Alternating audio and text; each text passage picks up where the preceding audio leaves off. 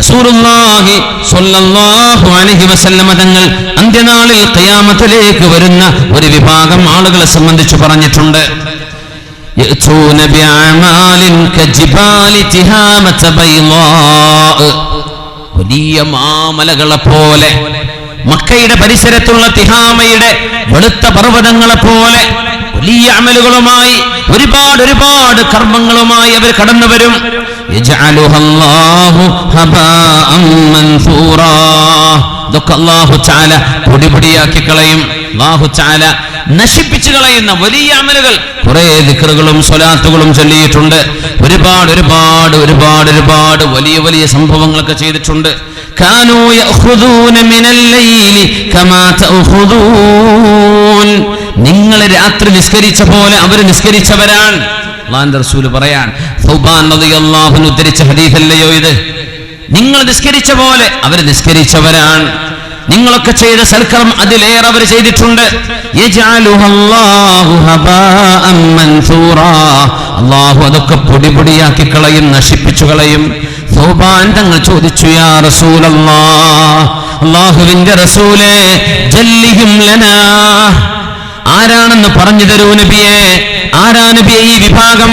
ലിഅല്ലാ നകൂന മിൻഹും വലാ നഅലം, ഞങ്ങൾ അറിയാതെ കൂട്ടത്തിൽ പെട്ടുപോവാതിരിക്കാൻ പറഞ്ഞു തരൂ നബിയേ. ആരാണിവർ? ഹജ്ജും ഉംറയും എമ്പാടും ചെയ്യുന്നവർ, ഓരോ കൊല്ലവും സംഘങ്ങളെ കൊണ്ട് ഹജ്ജിന് പോകുന്നവർ, കൂട്ടമായി ഒരുപാട് കാര്യം ചെയ്തവർ, വലിയ സംരംഭങ്ങൾ ചെയ്തവർ, വലിയ പദ്ധതികൾ ഉണ്ടാക്കിയവർ.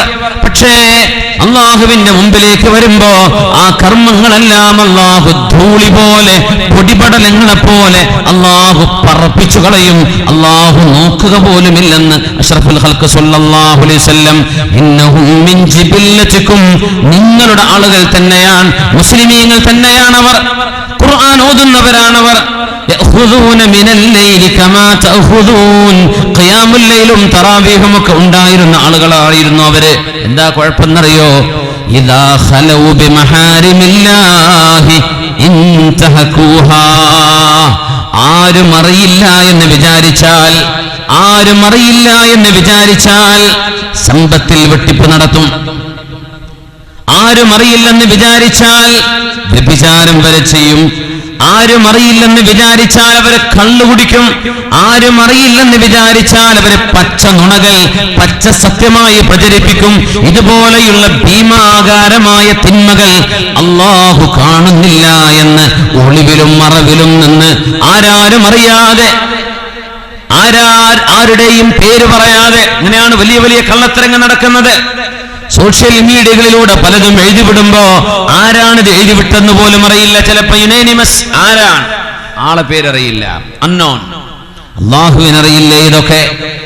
വെട്ടിപ്പ് നടത്തുന്നത്, തട്ടിപ്പ് നടത്തുന്നത് ഒരു പ്രായമുള്ളൊരു മഹാൻ, 2 കാലിന് സ്വാധീനം കുറവാ. അദ്ദേഹം ഒരാഴ്ച മുമ്പ് ഒരു റെസിപ്റ്റ് കാണിച്ചെന്നിട്ട് പറഞ്ഞു, സാധ്യത 2 ആള് ഒരു കാറിൽ പിരിവിന് വന്നതാ.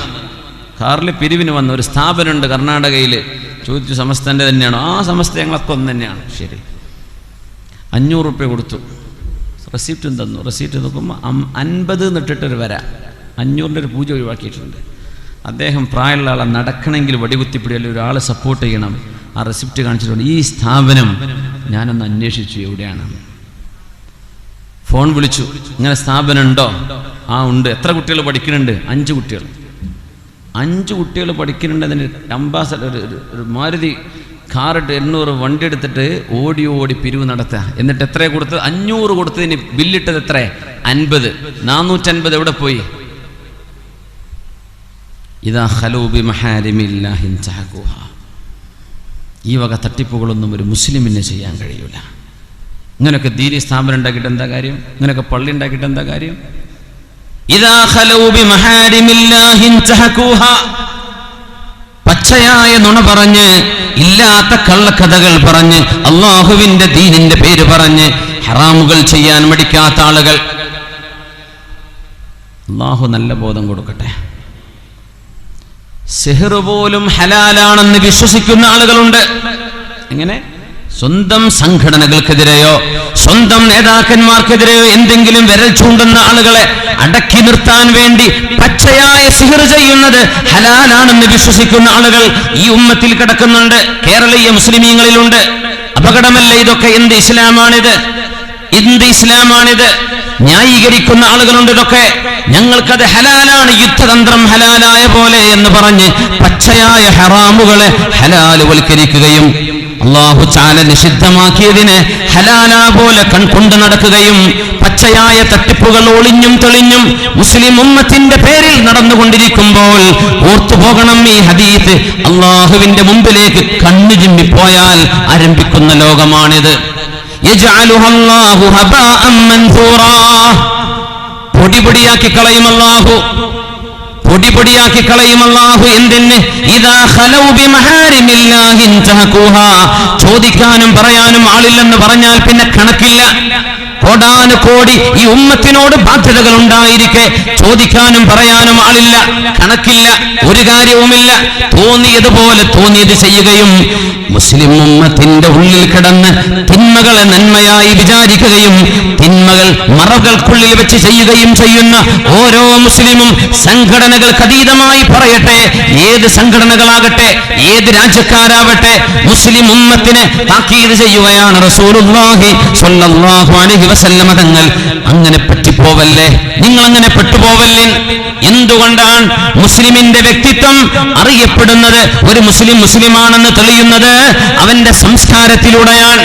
സംസ്കാരം എന്നത് മുസ്ലിമിന്റെ വാക്കാണ്, മുസ്ലിമിന്റെ പ്രവൃത്തിയാണ്. സംസ്കാരം എന്നത് മുസ്ലിമിന്റെ ഇടപാടുകളാണ്, മുആമലാത്തുകളാണ്. ഇതൊന്നും ശരിയില്ലെങ്കിൽ നിസ്കാരമാണോ കാര്യം? നിസ്കാരമാണോ ഒരു മുസ്ലിമിന്റെ ഏറ്റവും വലിയ അടയാളമായി? മറ്റൊന്നും നോക്കാതെ സർവമാന തട്ടിപ്പുകളും ചെയ്ത് സർവമാന തിന്മകളും ചെയ്ത് മദ്യപാനവും തിന്മയൊക്കെ ചെയ്ത് നടന്ന് ഒരു മനുഷ്യൻ 5 നേരം നിസ്കരിച്ചത് കൊണ്ട് മുസ്ലിമായോ? മുസ്ലിമാവുന്നുണ്ടോ? എന്തുകൊണ്ട്? മഹാനായ റസൂലുള്ളാഹി സ്വല്ലല്ലാഹു അലൈഹി വസല്ലം തങ്ങൾ പറഞ്ഞു, ആ നിസ്കാരം ശരിയാണെങ്കിൽ ഇന്ന സ്വലാത്ത തൻഹാ അനിൽ ഫഹ്ശാഇ വൽ മുൻകർ. നിങ്ങളുടെ നിസ്കാരം അല്ലാഹു കബൂലാക്കിയിട്ടുണ്ടെങ്കിൽ നിങ്ങൾക്ക് തിന്മ ചെയ്യാൻ കഴിയൂല. നിങ്ങൾക്ക് പാപങ്ങളിലേക്ക് പോകാതിരിക്കാൻ തടയിടാൻ ഈ നിസ്കാരങ്ങളെ കൊണ്ടാവുന്നുണ്ട്. പിന്നെ എന്തുകൊണ്ടാ പള്ളിയിൽ നിന്ന് ഇറങ്ങിയിട്ട് ചെറുപ്പക്കാരൻ കള്ള് ഷാപ്പിലേക്ക് പോകുന്നത്? പിന്നെ എങ്ങനെയാ ജുമാ നിസ്കാരം കഴിഞ്ഞ് അല്ലെങ്കിൽ പെരുന്നാൾ നിസ്കാരം കഴിഞ്ഞ് അല്ലാഹു അനുവദിക്കാത്തിടത്തേക്ക് എങ്ങനെയാണ് ആളുകൾക്ക് ഇറങ്ങി നടക്കാൻ തോന്നുന്നത്? നിസ്കരിച്ച നിസ്കാരം സ്വഹീഹായില്ല എന്നതിനർത്ഥം. അതുകൊണ്ട് മുഅ്മിനേ അല്ലാഹുവിന്റെ മുമ്പിൽ അടിയുറച്ചു നിൽക്കുന്ന ഒരു വിശ്വാസവും അടിയുറച്ച ഈമാനും വ്യക്തിത്വവും മുസ്ലിമിന്റെ പ്രത്യേകതയാണ്. അന്ത്യനാളിൽ ഈമാൻ ചുരുങ്ങി പോവുകയും ബദഅൽ ഇസ്ലാമു ഗരീബാ വസയഊദു കമാ ബദഅ ഫതൂബാ ലിൽ ഗുറബാ. ഇസ്ലാം തുടങ്ങുമ്പോൾ വിചിത്രമായിരുന്നു. ഇസ്ലാം തുടങ്ങുമ്പോൾ ആളുകൾ ഓരോരുത്തരും ഇസ്ലാം അനുസരിച്ച് ജീവിച്ചപ്പോ അത്ഭുതത്തോടെയാണ് ആളുകൾ നോക്കിയത്. എല്ലാവരും കള്ളുകുടിക്കുന്ന ഒരു നാട്ടിൽ കള്ളുകുടിക്കാതെ ജീവിച്ചവരാണ് മുസ്ലിമീങ്ങൾ.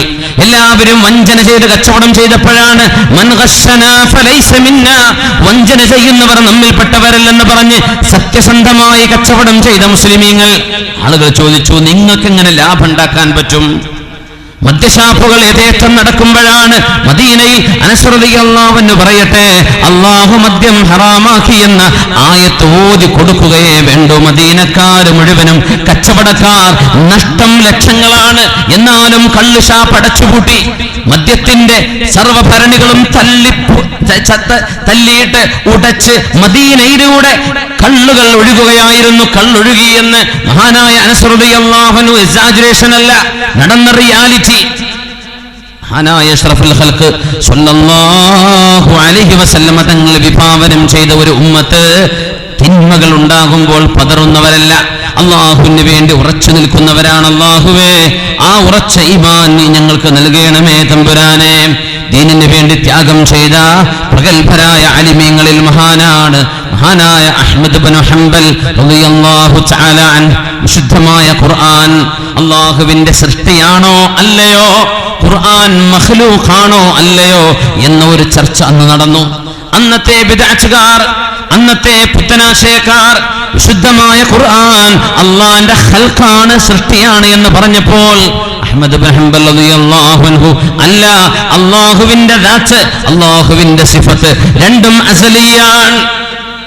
അള്ളാഹുവിന്റെ ദാത്ത് പോലെ തന്നെ റബ്ബിന്റെ വിശേഷണങ്ങളും ആട്രിബ്യൂട്ട്സും ഒരിക്കലും തന്നെ സൃഷ്ടിയല്ല എന്ന് വാദിച്ചതിന്റെ പേരിൽ മുഅ്തസിമിന്റെയും വാഹിഖ് ബില്ലയുടെയും ഇബ്നു അബീ ദുആദിന്റെയും ഒക്കെ ക്രൂരമായ അടികൾക്ക് പ്രഹരങ്ങൾക്ക് പാത്രീഭൂതനായ അല്ലാമ അഹ്മദ് ഇബ്നു ഹംബൽ റളിയല്ലാഹു തആല അൻ ഒരിക്കലും തന്നെ പതറിപ്പോയിട്ടില്ല. അടിയുറച്ചു നിൽക്കുകയായിരുന്നു.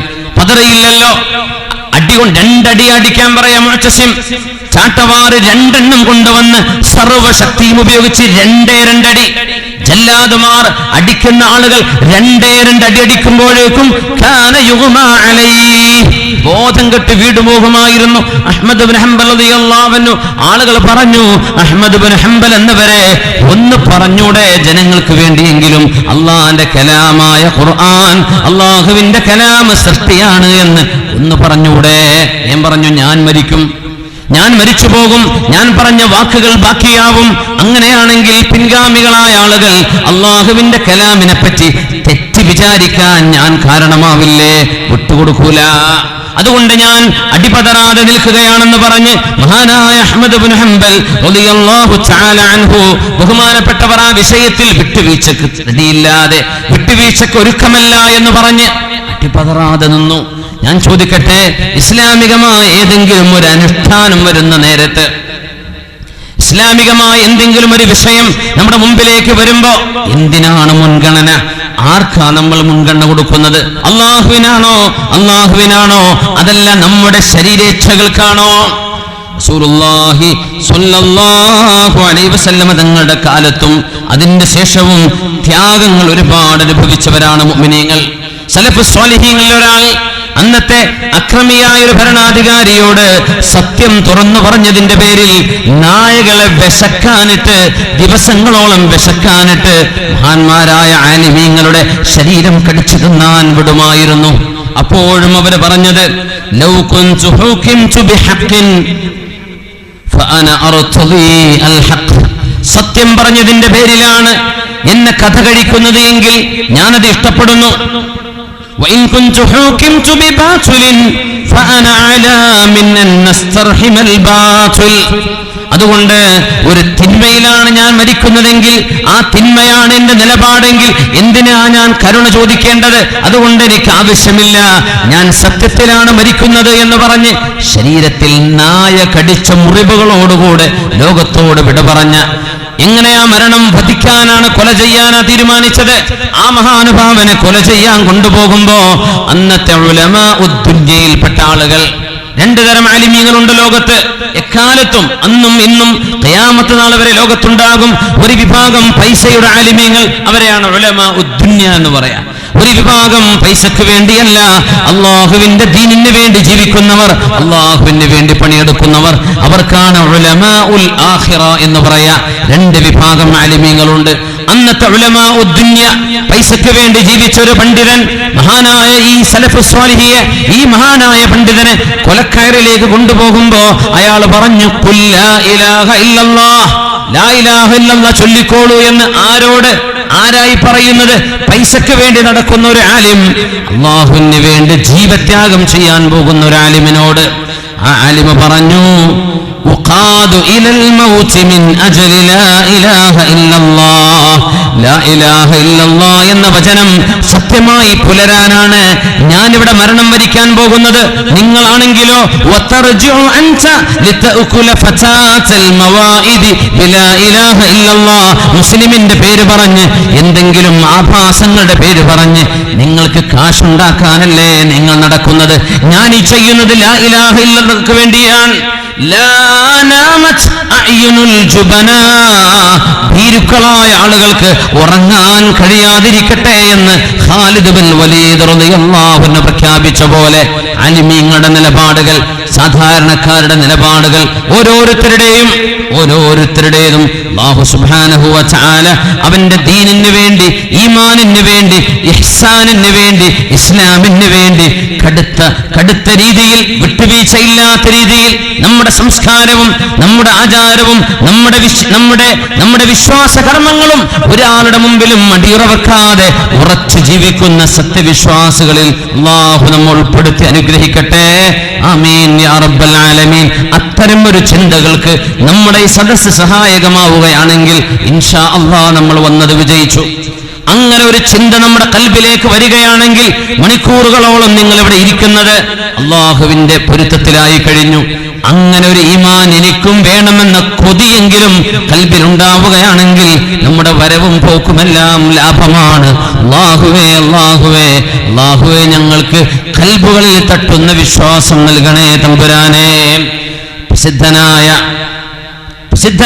ആലിം, ഖുറാസാനിന്റെ പണ്ഡിതൻ മഹാനായ മുഹമ്മദ് ബിൻ ആസിം റഹ്മത്തുള്ളാഹി അലൈഹി, ഖുറാസാൻ കണ്ട പ്രഗൽഭനായ മുഹദ്ദിസാണ് മുഹമ്മദ് ബിൻ ആസിം റഹ്മത്തുള്ളാഹി അലൈഹി. ബഹുമാനപ്പെട്ടവർ റഷ്യയിൽ നിന്ന്, ഖുറാസാൻ ഇന്നത്തെ റഷ്യയുടെ ഭാഗമാണ്, ഖുറാസാനിൽ നിന്ന് ബഗ്ദാദിലേക്ക് വരുന്ന ഇൽമു പഠിക്കാൻ വേണ്ടി. ആ സമയം ബഹുമാനപ്പെട്ടവർക്കറിയാമെന്ന് ഇമാമുനൽ അഹ്മദ് റളിയല്ലാഹു അൻഹു, അഹ്മദ് ഇബ്നു ഹംബൽ റളിയല്ലാഹു അൻഹു വീട്ടുതടങ്കലിൽ കഴിയുന്ന കാലമാണ്. ബഹുമാനപ്പെട്ടവർ സ്വന്തം ജീവിതം പോലും മാറ്റിവെച്ച്, പെൺകുട്ടികൾ ഉണ്ടായിരുന്നു, ആൺകുട്ടിയില്ലായിരുന്നു, ഒരുപാട് പെൺമക്കളുണ്ട്. ആ പെൺമക്കളെ മുഴുവനും നാട്ടിൽ നിർത്തിയിട്ട് ഖുറാസാൻ റഷ്യയിൽ നിന്ന് ഇങ്ങ് താഴേക്ക് ബഗ്ദാദിലേക്ക്, ഇറാഖിലേക്ക് വന്നിരിക്കുന്നു ഇൽമു പഠിക്കാൻ.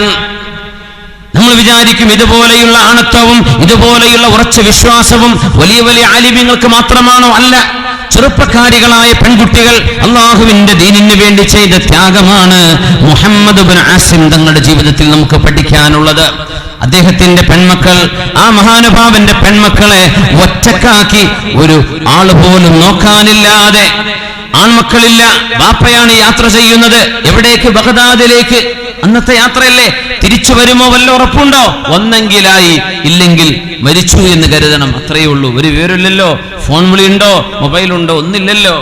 ബഗ്ദാദിലേക്ക് വന്നു. അപ്പോഴാണ് അറിയുന്നത് ഇമാമുന അഹ്മദ് റളിയല്ലാഹു അൻഹു. ഒന്നിലേറെ തവണ നമുക്ക് ഇമാമുന അഹ്മദ് ഇബ്നു ഹംബൽ തങ്ങൾ അനുസ്മരിക്കാനുണ്ട്. വീണ്ടും ചരിത്ര സംഭവങ്ങൾ വരാനിരിക്കുന്നു. അഹ്മദ് ഇബ്നു ഹംബൽ റളിയല്ലാഹു അൻഹു ഖൽഖുൽ ഖുർആനിന്റെ വിഷയത്തിൽ നിന്ന് പ്രയാസത്തിലാണ്. വിശുദ്ധമായ ഖുർആൻ സൃഷ്ടിയല്ല, അള്ളാഹുവിന്റെ സിഫത്താണ്, അള്ളാഹുവിന്റെ ദാത്ത് പോലെ തന്നെ അസലിയാണ്. അത് സൃഷ്ടിയാണെന്ന് പറയാൻ കഴിയില്ല. ഖുർആന്റെ പേജിനെ കുറിച്ചല്ല, ഖുർആന്റെ ചട്ടയെ കുറിച്ചല്ല, ഖുർആൻ എഴുതിയ മഷിയെ കുറിച്ചല്ല.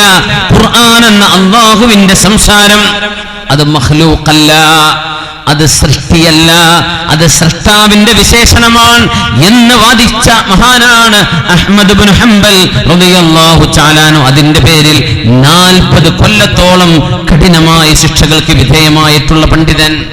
ബഹുമാനപ്പെട്ടവരെ, അന്ന് വീട്ടുതടങ്കലിലാണ്.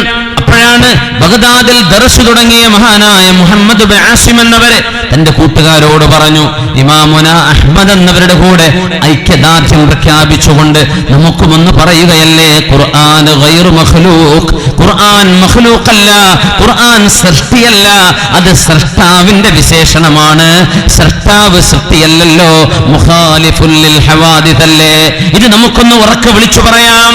അപ്പോഴാ ഓർക്കുന്നത്, അങ്ങനെ ആരെങ്കിലും പറഞ്ഞാൽ അവരുടെ തല പോയി പോകും, അവരെ കൊന്നുകളയും. അന്നത്തെ രാജാവ് വാസിഖ് ബില്ലയുണ്ട്, മുഅ്തസിമുണ്ട്, ഇബ്നു അബീ ദുആദുണ്ട്. ഇവരൊക്കെ വലിയ കൊടിയാക്രമികളാണ് അന്നത്തെ കാലത്ത്. എന്തു ചെയ്യണം? ഒരൽപ്പം പകച്ചുപോയി. 2 ദിവസം കഴിഞ്ഞപ്പോഴാണ് സ്വന്തം പെൺമക്കൾ റഷ്യയിൽ നിന്ന് ബഗ്ദാദിലേക്ക് ഒരു കത്ത് വിടുന്നത്. പെൺമക്കൾ കൂടി കത്തെഴുതി വാപ്പാക്ക്.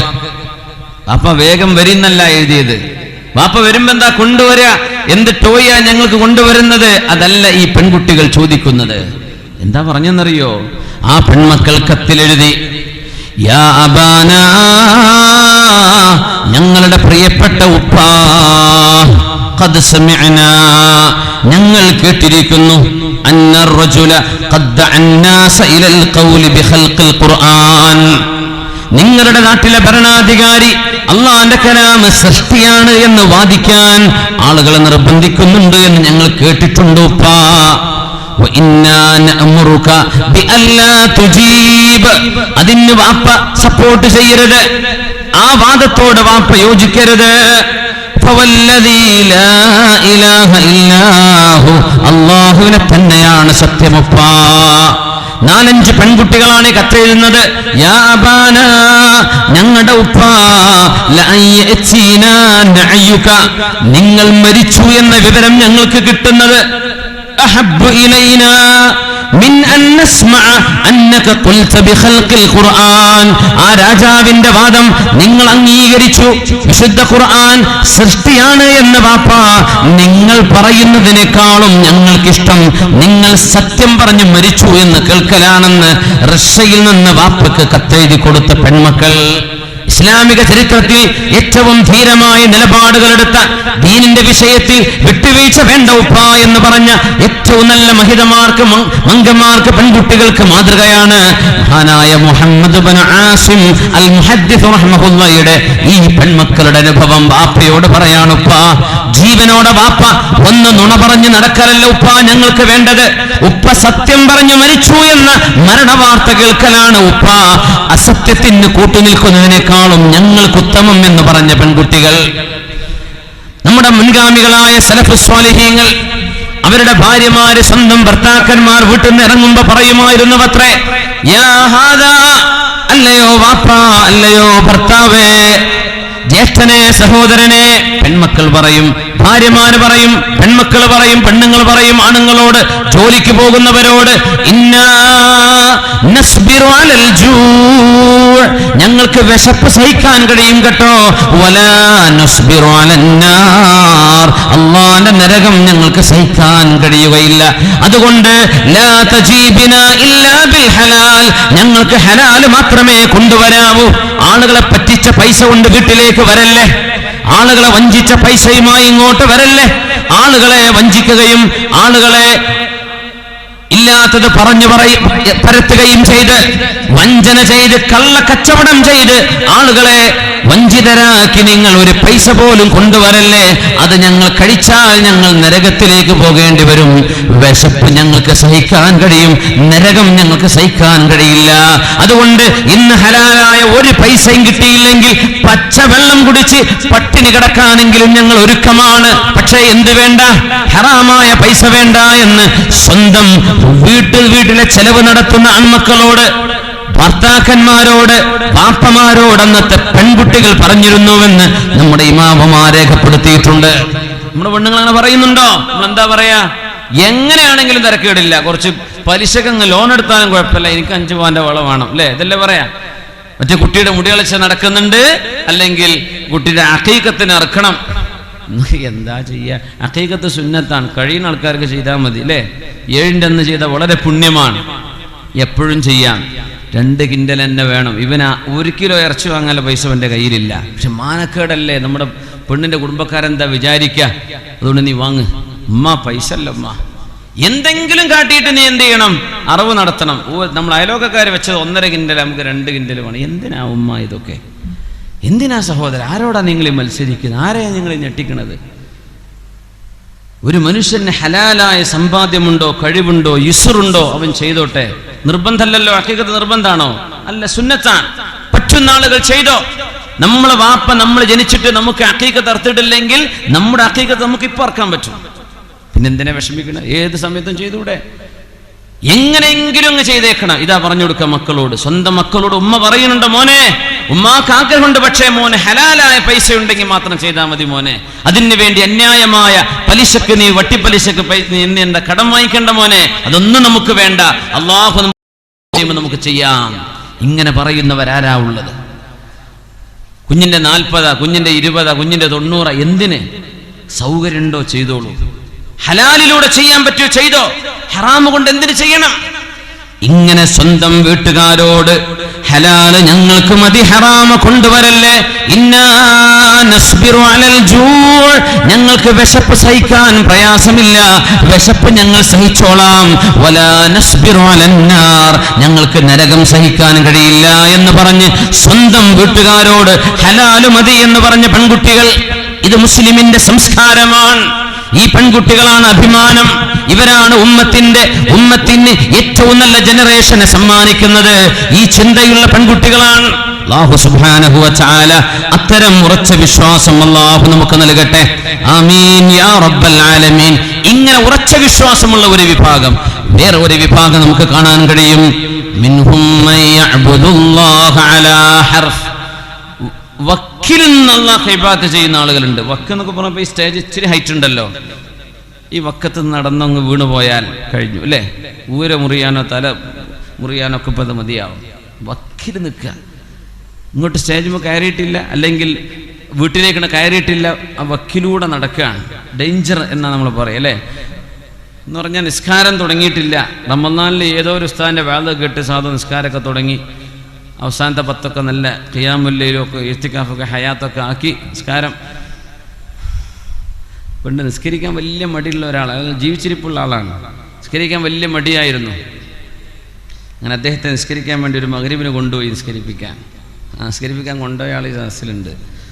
അപ്പോൾ നിസ്കരിക്കാൻ വേണ്ടി അതിന് സാക്ഷിയായ നിസ്കരിക്കാൻ കൊണ്ടേ മഗ്‌രിബ് ആദ്യമായിട്ട് നിസ്കരിക്കുക. വയസ്സ് 19 കഴിഞ്ഞതിന് ശേഷം കഥ കേട്ടോ. അയാൾ എപ്പോഴും ജീവിച്ചിരിപ്പുണ്ട്. ഞാൻ കഴിഞ്ഞ ആഴ്ച അയാളെ കാണുകയും ചെയ്തു. അപ്പോൾ ആളാരാന്ന് നിങ്ങൾക്ക് അറിയില്ല, ഞാൻ പറഞ്ഞു തന്നിട്ടില്ല. അപ്പോൾ അതുകൊണ്ട് ഈ മീപത്തൊന്നും അല്ല, മൂപ്പര് പറയണേ ഉണ്ടാവില്ല. പക്ഷെ കാര്യം മനസ്സിലായി. ഉദാഹരണം അന്ന് മഗ്‌രിബ് ആദ്യത്തെ മഗ്‌രിബ് നിസ്കാരത്തിന് കയറാണ് പള്ളിക്ക്. മഗ്‌രിബ് ഇമാം വന്ന് 4 റക്അത്താണ് നിസ്കരിച്ചത്. മൂപ്പര് പറഞ്ഞു, കണ്ടില്ലേ കട്ടകാലം പിടിച്ചവന് എവിടെ ചെന്നാലും കട്ടകാലം തന്നെ. സാധാരണ മഗ്‌രിബ് നിസ്കരിക്കണം മൂല്യര് മൂപ്പര് ആദ്യമായിട്ട് വരിക. അന്നത് 4 പിന്നെ മൂപ്പരിൻ്റെ ശേഷം പിന്നെ പോലുണ്ടെന്ന് അല്ലാഹു ആലം. അല്ലാഹു തആല ഹിദായത്ത് നിലർത്തി കൊടുക്കട്ടെ. പള്ളിക്ക് നിസ്കാരമൊക്കെ തുടങ്ങിയിട്ട് പെരുന്നാളിൻ്റെ പുതിയ ചെരുപ്പ് കളവ് പോയാൽ നിസ്കാരം നിർത്തണ മനുഷ്യന്മാർ. ഞാൻ ഉദ്ദേശിച്ചത് അങ്ങനെയാണ്. വലിയ ആവേശത്തിൽ നിസ്കാരമൊക്കെ ഉഷാറ, പെരുന്നാൾക്ക് അന്തസ്സിൽ കുപ്പായ കെട്ടുപോയതാ. അന്ന് ചെരുപ്പ് കട്ടുകൊണ്ടോണ മനുഷ്യന്മാർ. നമ്മുടെ നാട്ടിൽ എന്തിനാ കട്ടുകൊണ്ടോ എനിക്കല്ല. അത് ആരെയും വാങ്ങിക്കുമോ? അല്ല വെറുതെ ഇട്ട് നടക്കാണ്. എന്തിനായി കട്ടുകൊണ്ടോണോ? അല്ലാഹു ആലം. ഇപ്പോൾ ഒന്നും ഇല്ലല്ലേ, അതൊക്കെ ഔട്ട് ഓഫ് ഫാഷൻ ആയിട്ടില്ലേ? ആരും നല്ല ചെരുപ്പ് തൊട്ട് പോകണില്ല പള്ളി. ഇതൊക്കെ മനുഷ്യന്മാരോട് പറയാൻ പറ്റുമോ? അല്ലെ അമുസ്ലിം കേട്ടാൽ ഈ കൗമ 30 ദിവസം നോമ്പ് വെച്ചിട്ട് അള്ളാനെ പിടിച്ച് നടന്നിട്ടേ 31-ാം ദിവസം ചെരുപ്പ് കെട്ടുകൊണ്ടോണ മനുഷ്യന്മാരാണ്. എങ്ങനെ പറയാം? എത്ര വലിയ നാണക്കേടാണ്. അപ്പോൾ ആദ്യമായിട്ട് നിസ്കാരം തുടങ്ങുന്ന ആൾക്കാരൊക്കെ എന്ത് ചെയ്യും? നീ നിർത്തും, എൻ്റെ ചെരുപ്പ് പോയിട്ടുണ്ട്, ഇനിയിപ്പോൾ എന്താ അടുത്ത തവണ പോവാന്നറിയില്ല, ഞാൻ പള്ളിക്കില്ല. ഈ വക്കിൽ നടക്കണ മനുഷ്യന്മാർ എന്തെങ്കിലും അല്ലാഹു തആല ചോദിച്ചതൊക്കെ കൊടുത്തിട്ടുണ്ട്. ഇടയ്ക്ക് അല്ലാഹു തആല അങ്ങ് പരീക്ഷിച്ചു. ഞാനില്ല, ഞാൻ ഇത്ര ഹദ്ദാന്തറാത്തേവും സ്വലാത്തും ദിക്റൊക്കെ ചൊല്ലി എല്ലാവിധ നന്മയും എല്ലാ വിറുതും എല്ലാ ഖുർആനും ഒക്കെ ഓതി നടന്നിട്ടേ അള്ളാഹു എന്നെ പരീക്ഷിക്കുന്നത് കണ്ടില്ലേ? കള്ളു കുടിച്ച് നടക്കുന്ന ചെറുപ്പക്കാരെ അന്തസ്സില്ലാതെ നടക്കുന്ന ഒരു കുഴപ്പമില്ല, എനിക്ക് അള്ളാഹു ഇതാ രോഗം തന്നിരിക്കുന്നു. അങ്ങനെയൊക്കെ വക്കിൽ വെച്ച് ചിന്തിക്കുന്ന അവസ്ഥകളുണ്ട്. അള്ളാഹു കാത്ത് രക്ഷിക്കട്ടെ. അങ്ങനെയല്ല, അള്ളാഹു തആല പരീക്ഷണം തന്നാലും അള്ളാഹു തആല സൗഭാഗ്യങ്ങൾ തന്നാലും നമ്മൾ അള്ളാഹുവിൻ്റെ കൂടെയാണ്. അങ്ങനെ വക്കിലൂടെ നടന്നുപോയ ഒരു മനുഷ്യന്റെ ചരിത്രമുണ്ട്. മഹാനായ ഫാറൂഖ് റളിയല്ലാഹു അൻഹുവിന്റെ കാലത്ത്. നമുക്കത് പറയണം. ഒന്ന് സ്വലാത്ത് ചൊല്ലി എഴുന്നേറ്റ് നിന്ന് സ്വലാത്ത് ഫ്രഷായിട്ട് സ്റ്റേജുമുള്ളവരൊന്നും എഴുന്നേൽക്കണ്ട ഇൻഷാ അല്ലാഹ്.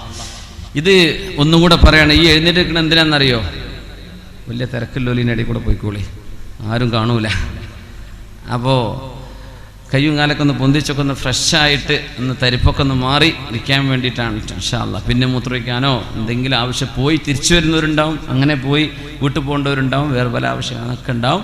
അപ്പോൾ ഇൻഷാ അല്ലാഹ് ഓരോരോ 3/4 മണിക്കൂർ കഴിഞ്ഞാലും എഴുന്നേൽക്കും. അപ്പോൾ ഈ വണ്ടി വിട്ടാൽ ഞാൻ അടുത്ത വണ്ടി 3/4 മണിക്കൂർ കഴിഞ്ഞിട്ടേ വരുള്ളൂ, അടുത്ത സ്റ്റോപ്പ്.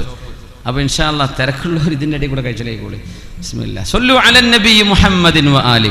അല്ലാഹുമ്മ സ്വല്ലി അലാ സയ്യിദിനാ മുഹമ്മദിൻ വ അലാ ആലി സയ്യിദിനാ മുഹമ്മദിൻ വ ബാരിക് വ സല്ലിം അലൈഹി. ഒന്നുകൂടെ അല്ലാഹുമ്മ സ്വല്ലി അലാ സയ്യിദിനാ മുഹമ്മദിൻ وعلى آل سيدنا محمد وبارك وسلم عليه. ഒന്നുകൂടെ ചൊല്ലില്ലേ?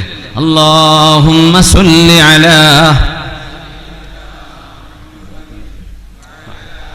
آل سيدنا محمد وبارك وسلم عليه.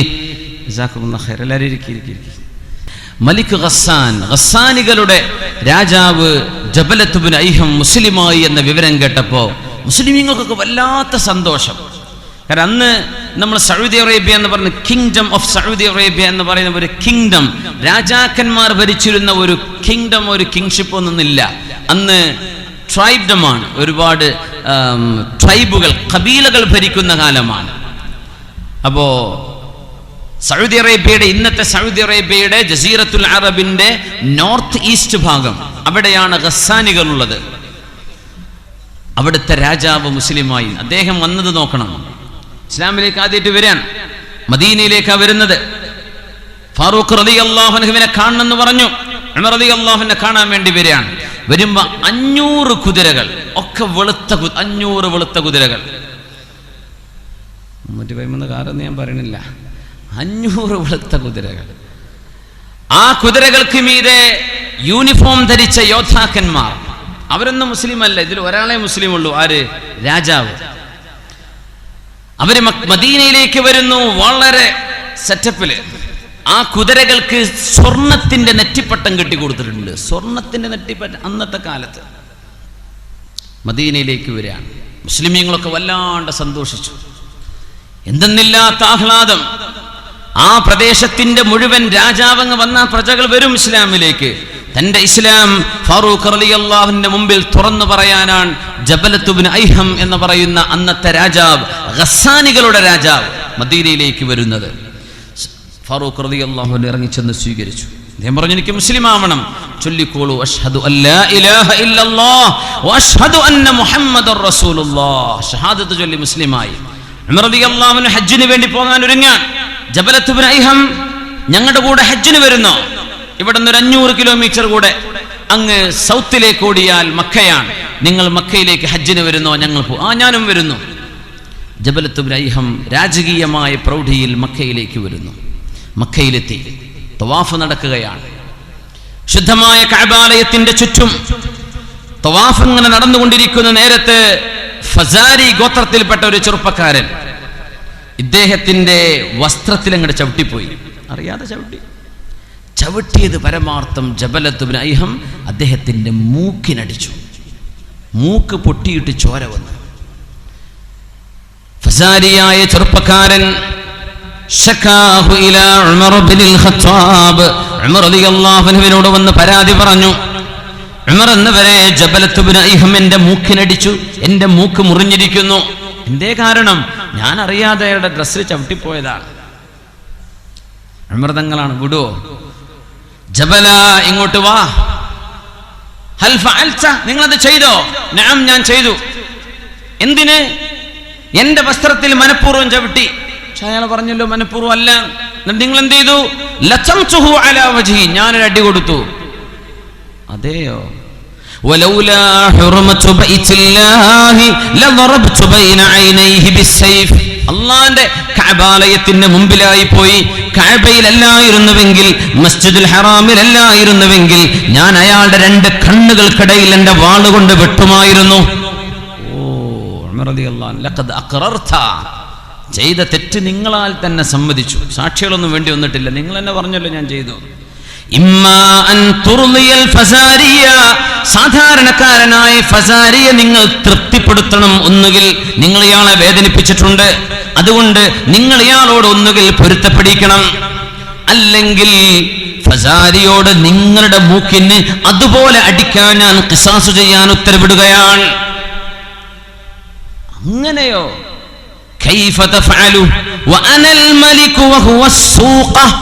ഞാൻ രാജാവല്ലേ, ഇതൊരു സാധാരണക്കാരനല്ലേ, രാജാവായ എന്നെ സാധാരണക്കാരനോട് പ്രതികാരം ചെയ്യിക്കുമോ? ഇസ്ലാമിലേക്ക് വന്നിട്ടല്ലേ ഉള്ളൂ. ഉമർ തങ്ങൾ പറഞ്ഞു, ലഖദ് സവ്വൽ ഇസ്ലാമു ബൈനകുമാ, മുസ്ലിമായി കഴിഞ്ഞാൽ രാജാവും പ്രജയും അല്ലാഹുവിന്റെ മുമ്പിൽ ഒരുപോലെയാണ്. അള്ളാന്റെ മുമ്പിൽ ഒരുപോലെയാണ് രാജാവും പ്രജയും. മാറ്റല്ല ജബല, ഒന്നുകിൽ നിങ്ങൾ അയാളോട് പൊരുത്തപ്പെടിക്കണം, അല്ലെങ്കിൽ പ്രതികാരമുണ്ട്. നിങ്ങളുടെ മൂക്ക് ഇതുപോലെ നിങ്ങൾക്കും അപായപ്പെടും. ഉമർ എന്നവരെ, ഇന്ന് രാത്രി ഞാൻ ഒന്ന് ആലോചിക്കട്ടെ, എന്നിട്ട് നാളെ പറഞ്ഞാ പോരെ? ആയിക്കോട്ടെ എന്ന് പറഞ്ഞു. അയാളന്ന് രാത്രി ഹജ്ജ് പോലും പൂർത്തിയാക്കാതെ തുർക്കിയിലേക്ക് രക്ഷപ്പെട്ടു. വതനസ്വറ, ഇസ്ലാമിൽ നിന്ന് പോയി അയാൾ ക്രിസ്ത്യാനിയായി. ഞാൻ മുസ്ലിം ആവില്ല, ഇങ്ങനെയൊക്കെ ഇസ്ലാം.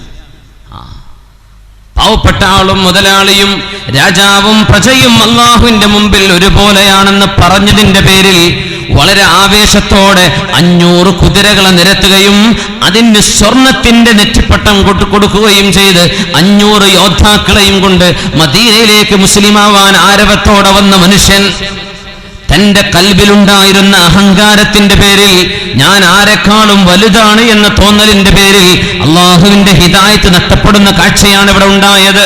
ശുദ്ധമായ ഖുർആൻ പറയുന്നു, വമിൻഹും മൻ യഅ്ബുദുല്ലാഹ അലാ ഹർഫ്, വക്കിൽ നിന്നുകൊണ്ട് അള്ളാഹുവിനെ ഇബാദത്ത് ചെയ്യുന്ന ആളുകളുണ്ട്. ഇതല്ല മുസ്ലിമിന്റെ പേഴ്സണാലിറ്റി. മുസ്ലിം ഇങ്ങനെയല്ല. ഉറച്ച നിലപാടുകൾ. ഉമ്മയിൽ നിന്ന് ജന്മം കൊണ്ടേടം മുതൽ മരണത്തിലൂടെ ലോകത്തുള്ള അവസാനത്തെ യാത്ര അവസാനിപ്പിക്കുമ്പോഴേക്കും അള്ളാഹുവിന്റെ മുമ്പിലേക്കുള്ള ബർസഖിന്റെ യാത്ര ആരംഭിക്കുന്ന സെക്കൻഡ് വരേക്കും ലാ ഇലാഹ ഇല്ലല്ലാഹ് മുഹമ്മദുർ റസൂലുള്ളാഹിൽ വിട്ടുവീഴ്ചയില്ലാതെ ജീവിക്കുന്ന സത്യവിശ്വാസി അവനാണ് മുഅ്മിൻ. അല്ലാഹുവേ, അങ്ങനത്തെ ഈമാൻ ഞങ്ങൾക്ക് നൽകണേ തമ്പുരാനെ. എന്തെങ്കിലും ഒരു അബദ്ധം, എന്തെങ്കിലും ഒരു രോഗമോ പ്രയാസമോ വരുമ്പോഴേക്കും ഇന്നാലിന്ന പൂജാരിയുടെ അടുത്ത്, ഇന്നാലിന്ന അമ്പലത്തിൽ അതിന് ചികിത്സയുണ്ടെന്ന് പറയുമ്പോഴേക്കും ഒന്ന് ഓടിപ്പോവല്ലേ. അള്ളാഹുവിന്റെ ഖുർആൻ നമ്മുടെ മുമ്പിലുണ്ടായിരിക്കെ, മരുന്നുകളും ഡോക്ടർമാരും ഉണ്ടായിരിക്കെ, ഇസ്ലാമേതര മതവിശ്വാസങ്ങൾ ഉപയോഗിച്ച്, ഇസ്ലാമേതര മതങ്ങളുടെ മന്ത്രങ്ങൾ ഉപയോഗിച്ച്, ഇസ്ലാമേതര മതങ്ങളിലെ പൂജകൾ ഉപയോഗിച്ച് എന്തെങ്കിലും ചികിത്സ ചെയ്യുന്നത്, അതുകൊണ്ട് ഒരു പക്ഷേ രോഗമങ്ങ് മാറി എന്ന് തന്നെ വരാം. എന്തുകൊണ്ട്? പിശാച് ഉദ്ദേശിക്കുന്നത് നമ്മെ കൊണ്ട് ശിർക്ക് ചെയ്യിപ്പിക്കുവാനാണ്. അത് ചെയ്തു കഴിഞ്ഞാൽ പിശാചിന്റെ ഉപദ്രവം ഒഴിവായി കിട്ടും. എന്നാൽ അള്ളാഹുവിന്റെ കലാമ് കൊണ്ട് ചികിത്സിക്കുമ്പോൾ ചില വിഷയങ്ങളിൽ 5 കൊല്ലത്തോളം വിശുദ്ധ ഖുർആൻ ഓതി റുഖിയ ചെയ്യേണ്ട കേസുകൾ ഉണ്ടായിട്ടുണ്ട്. 5 കൊല്ലം നിരന്തരമായി റുഖിയ ചെയ്തു കൊടുക്കണം. ഖുർആൻ കൊണ്ട് മന്ത്രി ചൂതി കൊടുക്കുന്ന ചികിത്സ 5 കൊല്ലം ഒരൊറ്റ രോഗിക്ക്. നമ്മൾ പറയൂലേ, ഒരു പ്രാവശ്യം ചെയ്ത് സുഖല്ല, 2ാമത്തെ പ്രാവശ്യം ചെയ്ത് സുഖല്ല, എന്നാ പിന്നെ നമുക്ക് വേറെ നോക്കാം. അങ്ങനെയല്ല, മാറി നിൽക്കല്ലേ. അള്ളാഹുവിന്റെ ഖളാ ഹത്താ യഅതിയ ശിഫാഇ ഔ ഖളാ, അള്ളാഹുവിന്റെ വിധിയോ എന്റെ ശിഫയോ എനിക്ക് വരുന്നത് വരെ ഞാൻ അള്ളാഹുവിന്റെ കിതാബിന്റെ കൂടെയാണ്, അള്ളാഹുവിന്റെ ഹബീബിന്റെ കൂടെയാണ്. ഏതെങ്കിലും ആളുകൾ അവിടെ പോയപ്പോൾ അവന് സുഖമായി, ആ ഒരു ക്ഷേത്രത്തിൽ ഇത്ര ദക്ഷിണ കൊടുത്തപ്പോ കാര്യം സുഖമായി, അവിടെ ഇന്നത് ചെയ്തപ്പോ കാര്യം സുഖമായി. മുസ്ലിമീങ്ങളായ ആളുകളോടുള്ള എല്ലാ ബഹുമാനവും മനസ്സിൽ വെച്ചുകൊണ്ട് തന്നെ അവര് നമ്മുടെ സഹോദരങ്ങളാണ്. മുസ്ലിമീങ്ങളല്ലാത്തവരോട് പോലും കരുണ ചെയ്താലും സ്വതക്ക ചെയ്താലും കൂലിയുണ്ട് എന്ന് പറഞ്ഞ മതമാണ് ഇസ്ലാം. എന്നാൽ വിശ്വാസത്തിന്റെ പേരിൽ നമ്മുടെയും അവരുടെയും അഖീദകളിൽ വിശ്വാസമുണ്ടല്ലോ, വിശ്വാസത്തിൽ വ്യത്യാസമുണ്ടല്ലോ. അതിന്റെ പേരിൽ അള്ളാഹുവിന്റെ ദീനല്ലാത്ത മറ്റൊരു ദീനിനെ പുൽകുകയോ മറ്റൊരു ദീനിന്റെ സംസ്കാരം സ്വീകരിക്കുകയോ ചെയ്യുന്ന രീതി ഇസ്ലാമേതര ചികിത്സാ രീതികളിൽ വന്നു പോകുന്നുണ്ട്. അതുകൊണ്ടത് ഹറാമും നിഷിദ്ധവുമാണ്. ഞാൻ രോഗിയായി ഇങ്ങനെ തന്നെ മരിക്കലാണ് അള്ളാഹുവിന്റെ ഖളാ എങ്കിൽ പോലും അള്ളാഹു ഇഷ്ടപ്പെടാത്തൊരു ചികിത്സ എനിക്ക് വേണ്ട എന്ന് പറയുന്നിടത്തേക്ക് നമ്മുടെ ഈമാൻ ഉയരണം. അള്ളാഹു നമുക്കതിന് തൗഫീഖ് നൽകട്ടെ. പ്രയാസം വരുമ്പോഴേ ആളുകൾ പറയുന്നിടത്തേക്കൊക്കെ ഓടിപ്പോവും. ഇന്നലെ ഒരു ഉമ്മ എൻ്റെ വീട്ടിൽ കാണാൻ വേണ്ടി വന്നു. 52 വയസ്സുള്ള മകനെയുമായി. ആ മകന് മാനസിക പ്രയാസങ്ങളുണ്ട്. 52 കൊല്ലായി ആ ഉമ്മ കൊണ്ടു നടക്കുന്നു. ദ്വാരക്കാൻ വേണ്ടി ഞാൻ പറഞ്ഞു, എന്തായാലും സദസ്സിൽ ദുആ ചെയ്യാന്ന് പറഞ്ഞു. അല്ലാഹുവേ, ആ മകന് നീ ശിഫ കൊടുക്കണേ പടച്ചവനെ, നീ ശിഫ കൊടുക്കണേ പടച്ചവനെ. ആ ഉമ്മ കയറിയിറങ്ങാത്ത ഹോസ്പിറ്റലുകളില്ല. ഉമ്മ പറഞ്ഞു, മോനെ, നിങ്ങളുടെ അടുത്ത് ഇത് പറിച്ചൂരാനുള്ള മരുന്നുണ്ടെന്നൊന്നുമല്ല ഞാൻ വിശ്വസിക്കുന്നത്, നിങ്ങൾക്ക് ദ്വാരക്കാൻ പറ്റുമല്ലോ. ഒരുപാട് ആളെടുത്ത് ചെന്നിട്ടുണ്ട്, ഒരുപാട് ചികിത്സ ചെയ്തു, ഒരുപാട് ഡോക്ടർമാരെ കണ്ടു. 52 വയസ്സുള്ള മോനെ റൂമിലിട്ട് പൂട്ടണം, ഇല്ലെങ്കിൽ ഇറങ്ങി ഓടിക്കളയും. ഒരു ഉമ്മയുടെ വിഷമം നമ്മളറിയാം. മാനസിക പ്രയാസങ്ങളുള്ള മക്കളുണ്ടാവില്ലേ പല വീട്ടുകളിലും അയൽപക്കങ്ങളിൽ നമ്മുടെ നാടുകളിൽ. അല്ലാഹു നീ ശമനം കൊടുക്കണേ പടച്ചവനെ, ശിഫ കൊടുക്കണേ പടച്ചവനെ. നിങ്ങളുടെ മക്കളിലോ മക്കളുടെ മക്കളിലോ തലമുറകളിലോ മാനസിക ഭ്രാന്ത് പോലെയുള്ള അസുഖങ്ങളൊന്നും തന്ന് പരീക്ഷിക്കരുതേ തമ്പുരാനെ. ആമീൻ യാ റബ്ബൽ